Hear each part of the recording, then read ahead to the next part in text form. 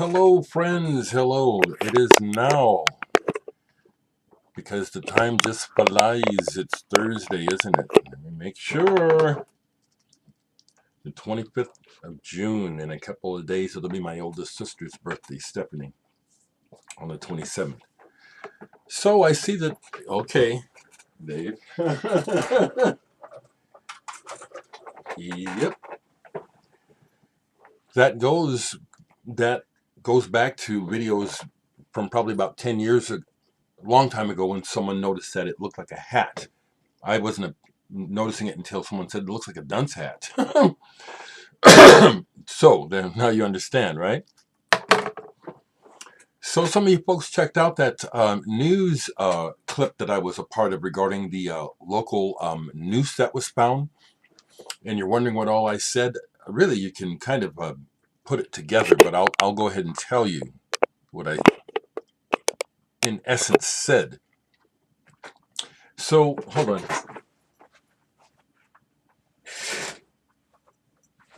There we go. Still got the Audra on.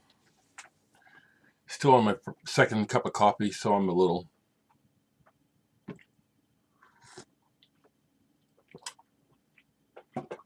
So the news guy wanted to know what I thought about the noose being left at the workstation of this black person at a local Oriental trading company. And I told him, just like the other guys who were interviewed said, that it's an old white fear tactic. But it's not going to work because we are experiencing a paradigm shift in thinking, which is the community in general, you could say the black community in general, because of the recent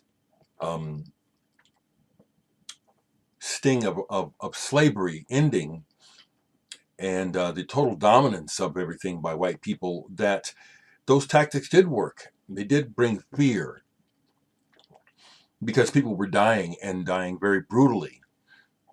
But it's not the same now.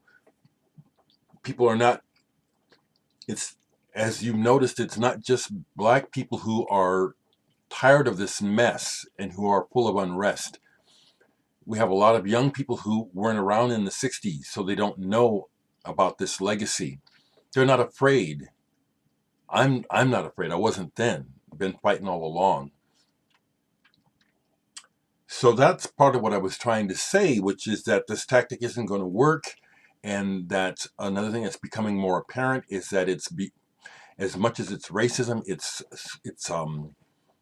classism. This is where the people want to get on their Marxist thing, and I'm not having that. That's not my interest. My interest is in fairness, okay? The economy and the way it runs isn't fair. 0.1% own everything. Why should that be sustained? Why should we all be fighting to keep that going? What kind of sense does that make? It needs to be changed, but unfortunately it's not going to be. It's just going to go on until everything falls apart or blows up. That's what always happens historically. We never come to our senses. We just start over, and then the same shit starts over again. Whoever manages to get the advantage first tries to play it out until the end. That's what we have going. That's why I'm not listening to any bullshit. I was just seeing some bullshit on Facebook this morning where a local, I know he's a racist fuck. Most people, when I tell them that, they say, "Oh, really, him? He's starting his shit." Well, I gave him some shit right back. Not shit, but just let him know. You're up here throwing doubt on people's concerns about racism. It's really obvious it's here. That's racist just to be throwing doubt, you fuck. So how's Dereck doing? This is how Dereck's doing. Been like this probably all my life, you know. Some people want to say, "Dereck, just take it easy. Go have some comic relief." You're not inside of me, so you don't feel me. I'm not full of angst and anger and going around all flustered and upset all the time. I have quite a bit of inner peace. I know how to meditate and empty my mind, or to just let my thoughts go, to just detach from them. I drink water. I do have a lot of sugar in my diet, but I eat other good stuff too. But the point is, I take care of myself. I'm almost 65. Do I look it? Probably look 95 to some of y'all. So that's where I'm at today. Another day in the struggle. So the spiking is going up, and so people are having to face, like me, that we've got to just deal with this virus. And everyone's running around like everything's just fine again. I went out and did some more shopping yesterday, and I saw the problem. The majority of people out and about are not masking up, not using social distancing. Very, very stubborn. Very stubborn. And so I thought to myself, here I am. I just want to buy some records. I just want to get out and do what I like to do. And I put my life at risk, literally, because of other people. I want to go out again today. I'm debating it because the numbers keep spiking and people are just ignorant. Politics has a lot to do with our failings because people believe political horse shit instead of science. So anyway, I went to 2 places in the market yesterday and scored a couple things. I don't need any more records. Just like the rich man doesn't need any more money. That ain't the point. This is what I enjoy. So what did I got? I bought 2 new records, 2 new releases. I bought the new Deerhoof, Future Teenage Cave Artists. Deerhoof. Love this band. They're progressive and punk at the same time to me. Greg Saunier, the drummer, who's an amazing drummer, is a Facebook friend. I've met him a couple times, but I don't know him. But we interact because we see the world very similarly. I almost use the word politics. No. This is the limited edition, interesting red, almost kind of, they described it as a blood color, which it is. This is intense. It's really good. It's not, they don't repeat themselves. I love that. You know it's Deerhoof from Satoshi's, I'm sure it's her name right, Satomi's voice, and just the sound of the band is recognizable, but they're constantly looking for new ways to write, arrange, and express themselves. I love the band, and this new one is really potent, real good. I added something to my Bowie collection. I didn't need it, but this was a self-indulgent move. A fair amount of what we do with our money is self-indulgent.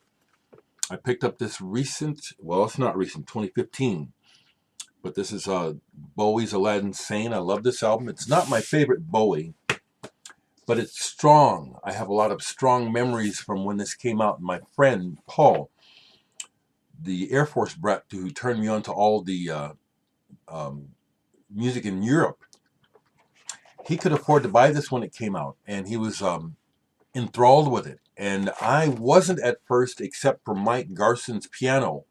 That hit me right away. I could tell that the Bowie was intense, but I was still in a love-hate relationship with David Bowie as a teen. Sexuality has something to do with it. My own confusion. But this is a silver, grayish silver vinyl. I love that pastiche of the orange RCA label. My favorite RCA Victor label. I really do love this album. Drive-In Saturday. Time. Okay. Lady Grinning Soul. Okay. Is it the words as well as the music? Yeah. Bowie, baby. The other thing I found, okay, I found, okay, so the other new album, I found a new album. I bought 2 new albums, the Bowie, and then at another shop I found a couple of used things. With just a couple, yeah.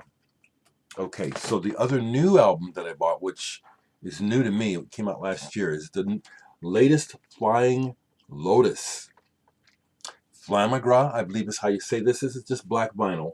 It's not colored vinyl. Love those graphics. Now, I must say that on my first listen to this all the way through, there's a couple points where it sounds like confusion. It sounds like, okay, you guys got a little too high here. What are y'all doing? It'll probably, hopefully it will emerge later. Mostly this is very interesting. Anderson .Paak. I love my people. I do like hip hop. I don't like stupid hip hop. I'm not into, I love my people and I love the rhythms. I like it when people say something. Okay? So this is intense and interesting. And I'm going to be dissecting it because there's parts that it's like, oh, this is really amazing. And then the next part is kind of like, whoa, what happened? So I think it's on me to keep following what Steven's up to. Flying Lotus, distantly related to John Coltrane. I don't play a lot of hip hop records. When I'm in the mood, I watch videos.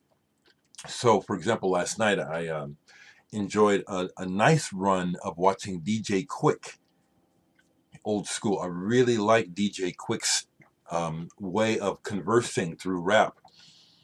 Bright mind, and really intelligent. So I enjoyed some DJ Quick last night. Watched some old Outkast. Love Outkast. No wonder they crossed over. How can you resist that?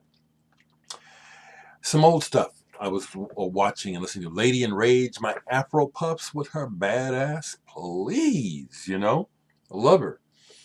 I love my people. Okay, I get tired of all the constantly we're in the club. All the constant big butts twerking. That part, I've never been into that. Okay, I've always set that out. As I became an older teenager and the parties as they got wilder, I retreated. I like the music.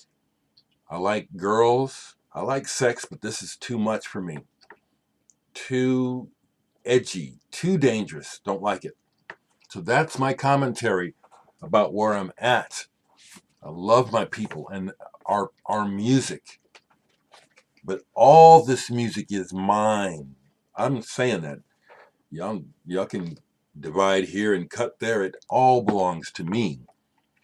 So I went to this other place called Hollywood Emporium several years ago. I just missed it. Jack White formerly of the White Stripes, did a unannounced impromptu show there in this middle of this place. Nobody knew. So a little trivia for you. But I found 2 albums there. Most of what they had was absolute garbage. Oh my God, it was horrible. But I found a Barry Miles album I didn't have. Barry Miles, keyboardist, very good.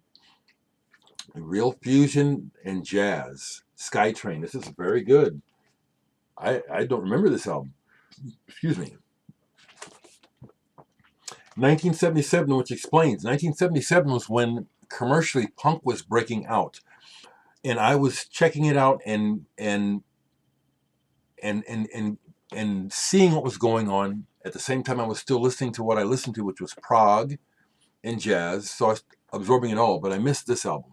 This is good. Skytrain. Was very pleased to find this there used because I used to have it, got rid of it, and I love the Stranglers. So when I put this on, it's like, yeah, I remember this album. I didn't have no reason to sell it. Aural Sculpture. Great tongue-in-cheek pop. This is pop music. They were never punk. Pop music. Pop music. That's mainly what I have. The other thing that I played, that I pulled out of my shelves, some old Cocteau Twins, Heaven in Las Vegas. This is bliss music. That's what I called it online. Bliss music. Bliss.